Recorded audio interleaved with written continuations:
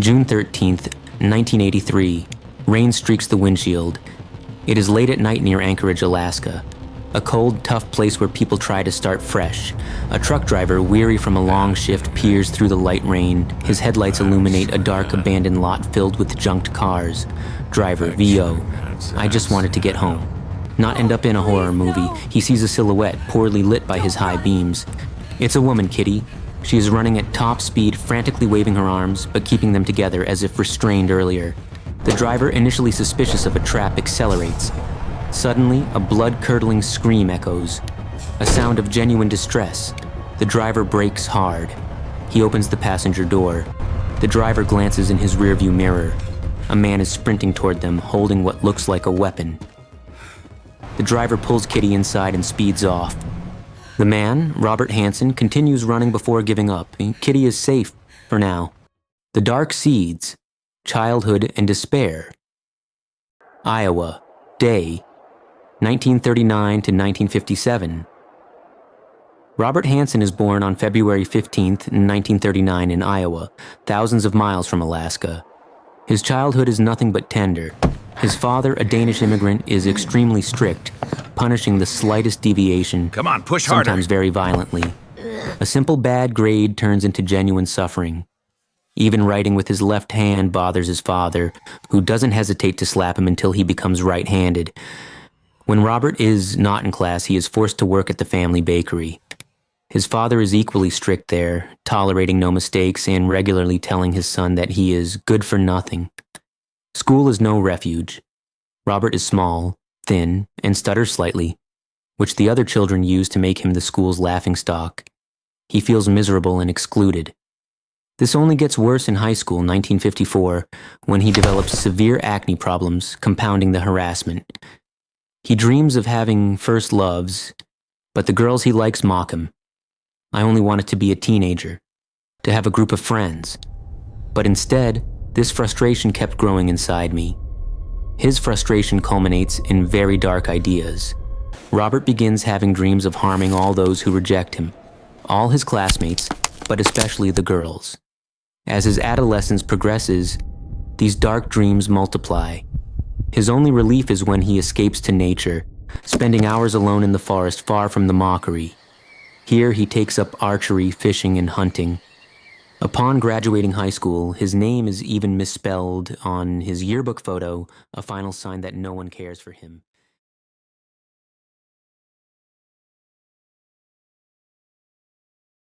XT Iowa Town, or bus depot, night 1957 to 1961.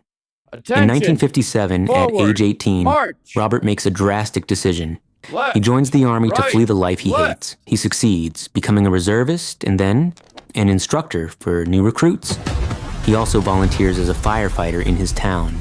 Despite this apparent success, a continuous hatred continues to grow deep inside Robert, fueled by the accumulated frustration and injustice of his childhood. He develops an obsession with doing evil without ever being caught. He starts setting fires in different places, and rumors circulate that he stole dynamite to blow up a tractor. His only pleasure is seeing that he can get away with it without consequences. This marks the beginning of his descent. In 1960, he escalates, deciding to burn down his old high school's bus depot to take revenge for everything he suffered there. He convinces an accomplice, an apprentice baker. On December 7th at nightfall, they race to the school, pour gasoline between the buses, and light the fire. The depot immediately catches fire, completely destroying 7 buses. A driver taking a break nearby is injured trying to salvage what he can. Robert, the volunteer firefighter, is called to the station and drives to put out the very flames he lit. The arson shocks the town. Under pressure, Robert's accomplice confesses and denounces him. Robert, who participated in the firefighting effort, is arrested. He is sentenced to 3 years in prison. Later, Robert tells a cellmate that he did not do it for revenge. He did it simply to see if he could pull it off without getting caught. Robert is an exemplary prisoner and is released after only 20 months. He returns to work for his father and takes pastry courses. He quickly marries a new woman, Darla. Unwilling for her to suffer his bad reputation following the arson, he suggests they move as far away from Iowa as possible. Anchorage, Alaska. Robert and Darla arrive in Anchorage, where he successfully opens his own bakery. But Robert's inner demons soon resurface. In 1971, he begins following a secretary. After she refuses his invitation for dinner, he returns a week later, waits outside her door, and when she exits, he brandishes a revolver against her temple. She instinctively screams and flees, and Robert flees too. He is arrested and convicted in 1972 for assault and attempted kidnapping with a firearm, sentenced to 5 years in prison. The doctor assigned to the case tells the court that Robert is an extremely dangerous man who is incapable of controlling his emotions, predicting that these actions will inevitably resurface. The court orders treatment with lithium to calm his symptoms, but the doctor warns that it will only suppress the symptoms, not cure him. Robert plays the model prisoner and is released early at the end of 1973. Once free, he immediately stops taking his lithium treatment. He starts frequenting sex workers, luring them with money. He uses elaborate disguises, like a false mustache, and fake identities, doctor, lawyer, photographer, to avoid suspicion. He takes them to remote locations outside the city, pulls a weapon, forces them to have sex, and compels them to obey his orders. When one woman, Annie, attempts to resist and flees, Robert chases her, catches her, and pins her to the ground. She pulls a small knife, but he manages to overpower her and retrieve the knife. Ignoring her pleas, Robert stabs the young woman repeatedly until she is silent. Almost instinctively, he takes her necklace and the cash he gave her, treating it exactly as he would a hunting excursion by taking a trophy. He buries Annie's body and returns to the city. But being a simple murderer is not enough. He needs to feel the thrill of the chase and the fear of his prey. Sunlight pours into a quaint, bustling Anchorage bakery. Customers smile and chat happily. Hansen, 40s, married with 2 children, is amiable, well-regarded, and successful. He is slicing bread.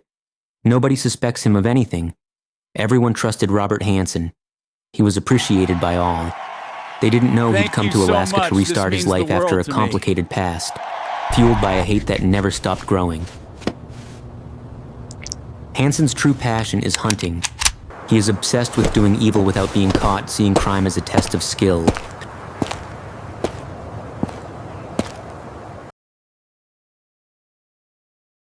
Nick River Plain, day a vast, desolate, and frozen plain, known only to Hansen. Hansen lands his small plane on the remote airstrip he knows intimately. Inside, a frightened woman, a prostitute, is held at gunpoint. Hansen's tactic is to gain their trust by offering money and inventing new identities, doctor, lawyer, photographer, before forcing them to obey. He forces the woman out. No. This location is his favorite hunting ground to coldly run. The woman runs, terrified, scrambling for safety. Hansen watches, taking pleasure in her fear. He sees them not as women, but as prey. He often tracks them on foot, lets them escape, and then brutally catches them again. When he tires of the game, he shoots them with his rifle. This wasn't just murder, it was a ritual. He dehumanized them completely. He'd collect trophies from them, jewelry, IDs, clothes, just like the horns or hides he collected from animals.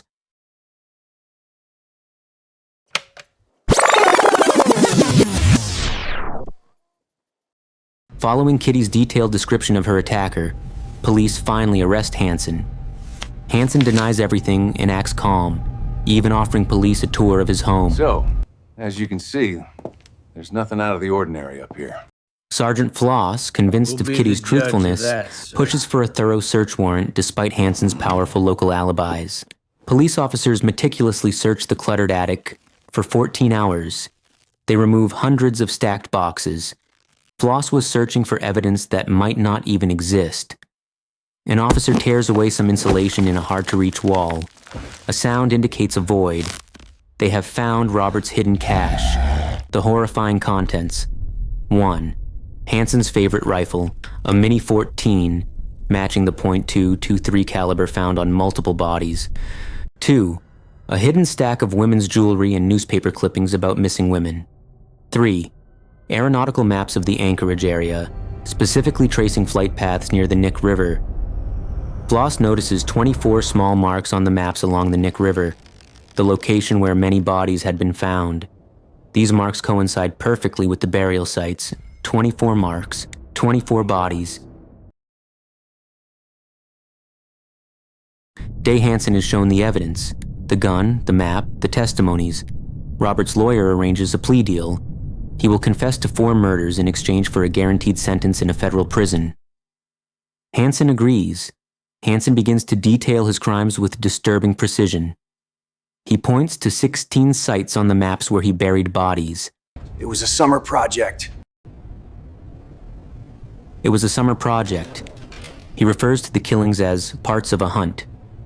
He finally confesses to all the murders, rapes, and kidnappings committed over 10 years.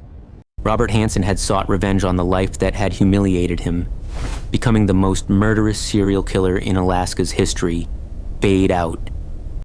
Final sentence: Hansen was condemned to 461 years in prison, plus life imprisonment, ensuring he died behind bars in 2014.